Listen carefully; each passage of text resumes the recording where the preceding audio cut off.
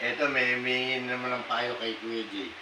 Kuya Jay, ano po ba mapapayo niyo sa akin? Takot po ako sa misis ko. Ang bihira ka naman. Ikaw ang lalaki, dapat maging matigas ka. Dahil ikaw ang lalaki. Ba't takot ka sa misis mo? Alam mo, mga misis, may mga toyo yan. Ano? Anong toyo yung sinasabi mo? Oh, nandiyan pa na... Kanina ka pa ba dyan? Oo.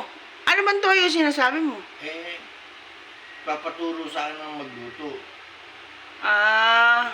Lutong adobo, di ba? Ang adobo may toyo. Ah. Luto gawin mo. Igisa mo yung bawang sibuyas. Unahin mo muna bawang. Pagkayari, sibuyas. May laurel pa nga yan eh. Hindi, parang may narinig akong toyo kanina eh. Eh di ba yung adobo may toyo? Ah... O naman.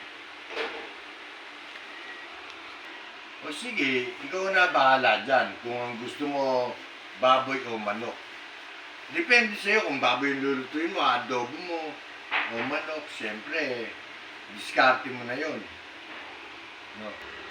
O sige, mamaya na lang natin ituloy. Mamaya lang kita papayuan. Nandito na kasi misis ko. Sige ha, mamaya na lang ha. Okay.